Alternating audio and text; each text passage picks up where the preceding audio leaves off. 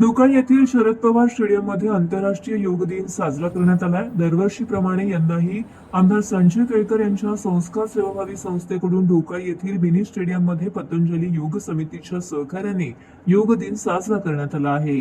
योग ही भारताची परंपरा आहे। योगासनाने बुद्धी, मन आणि शरीराचा विकास होतो, म्हणून भारताचे पंतप्रधान नरेंद्र मोदी यांनी आंतरराष्ट्रीय योग दिनाच्या निमित्ताने जगाला दिलेली एक मोठी देणगीच आहे।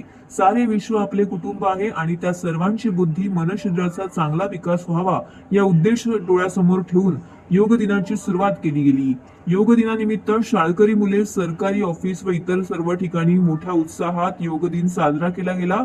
दररोज प्रत्येकाने 24 तासांपैकी प्रत्येकाने 1 तास स्वतःसाठी काढला पाहिजे आणि दररोज नियमितपणे योगा केला पाहिजे, असे आयोजक दत्ता घाडगे यांनी सांगितलं। या योग दिनानिमित्त पतंजली योग समितीचे सर्व पदाधिकारी, गुरुकुल विद्यापीठाचे विद्यार्थी, जितेंद्र मडवी, निलेश पाटील, हेमंत म्हात्रे, मत्स्यगंधा पवार आणि इतर सहकारी येथे उपस्थित होते।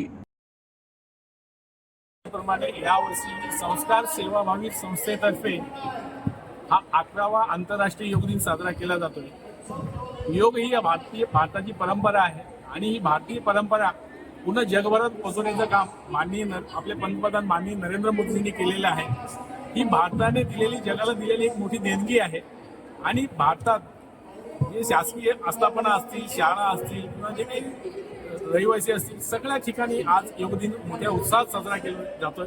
याच्यामध्ये जे शाळकरी मुलं असतील, वयस्कर असतील, हे सगळे योग दिन साजरा करतात। या योगामुळं आपली शारीरिक यष्टी तर चांगली राहतेच, मात्र बौद्धिक बुद्धिस्त वाढ होते।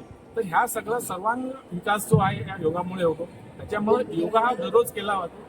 आता या ठिकाणी आपण ढोकाईमध्ये शरद पवार स्टेडियम आहे, या स्टेडियमचं उद्घाटन सुद्धा योग दिनाने झालेलं आहे आणि गेल्या 11 वर्षापासून या नियमितपणे या ठिकाणी योग दिन साजरा केला जातो। आमदार संजय केळकर हे नेहमी इथं उपस्थित असतात आणि त्यांच्या प्रेरणेने आम्ही इकडं सगळं योग दिन साजरा गाडगे साहेब, जी पिढी आहे, आपण बघितलं जास्तीत जास्त वेळा मुलांचा रील्स, मोबाईल बघण्यामध्ये जातो। मला वाटतं की ते सोडून दररोज कमीत कमी स्वतःसाठी 1 तास, 24 तासापैकी 1 तास काढला पाहिजे आणि दररोज सकाळी न चुकता योगा केला पाहिजे। देशाचे पंतप्रधान सुद्धा असतील, दररोज सकाळी न चुकता योगा करतील। रामदेव बाबा असतील किंवा पतंजलीचं जे काही कार्य देशभर चालू आहे, तर त्याच्यामुळं ह्या सगळ्यांची मदत घेऊन प्रत्येकाने दिवसातून कमीत कमी सकाळी उठल्यानंतर 1 तास योगा केला पाहिजे। जेणेकरून आपलं मानसिक जे विकास आहे तो चांगला होईल, शारीरिक विकास चांगला होईल आणि ज्या काही व्याधी आहेत त्या दूर होतील। त्याच्यामुळं आणि याचा फरक आपल्या पूर्ण दिवसभर जे आपलं दिनचर्या चालते त्याच्यावरती पडणार आहे। त्याच्यामुळं मला असं वाटतं की योगा जरूर प्रत्येकाने केला पाहिजे।